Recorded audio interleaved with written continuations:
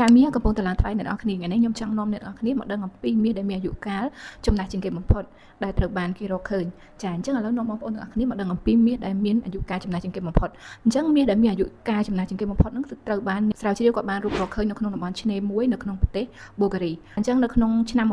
1970អ្នកស្រាវជ្រាវបានរកឃើញមាសទាំងអស់នោះនៅក្បែរឆ្នេរសមុទ្រនៃប្រទេសប៊ូហ្គារីអញ្ចឹងមាសនេះគឺមានអាយុកាលចំណាស់ខ្លាំងមែនទែនអញ្ចឹងបើគិតទៅគឺមានអាយុកាលប្រហែលជា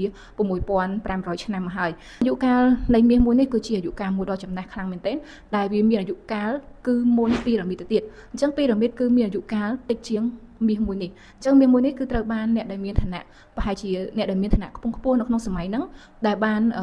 ពាក់យ៉ាងច្រើននេះអ្នកនរគ្នាអាចមើលនៅលើរូបភាពនេះបានអញ្ចឹងគាត់ប្រហែលជាមានឋានៈខ្ពង់ខ្ពស់នៅក្នុងសម័យហ្នឹងទៅគាត់អាចពាក់មាសដល់ឋានៈជ្រៅខ្លួនសម្បីតែស្លាប់ក៏គេដាក់តម្កល់មាសទាំងអស់នោះទៅតាមគាត់ដែរអញ្ចឹងមានន័យថានៅក្នុងសម័យនោះគឺគេប្រើប្រាស់មាសដូចគ្នាគាត់ទៅរកឃើញនៅក្នុងអំឡុងឆ្នាំ1970ឯងតែមាសនោះកើតឡើងតាំងពី6500ឆ្នាំមុនឯណោះអញ្ចឹងមានន័យថាមាសនេះគឺពិតជាមានរយៈកាលយូរខ្លាំងមែនទែនអ្នកនរគ្នាវាមិនសឹងតែមិនគួរជឿណារកឃើញហើយគាត់រកឃើញនៅក្បែរឆ្នេរសមុទ្រនៃប្រទេសប៊ូហ្គារីហើយចំពោះបំណែក3000ប្រភេទដែលអ្នករកគាត់បានរកឃើញនោះគឺមានដូចជាដំបងគ្រឿងអលង្ការតុបតែងខ្លួន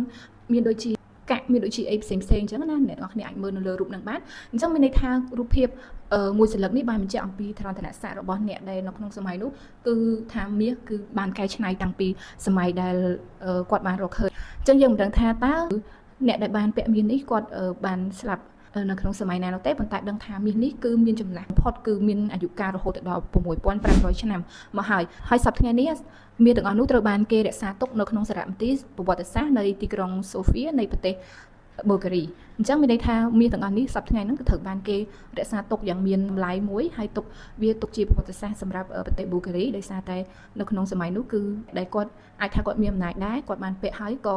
យកទៅជាមួយគាត់ចាអូខេអញ្ចឹងបើសិនជាអ្នកនរគ្នាចង់ដឹងអ្វីបន្ថែមទៀតអូខេអាច comment នៅក្នុង comment ខាងក្រោមអូខេបាយបាយ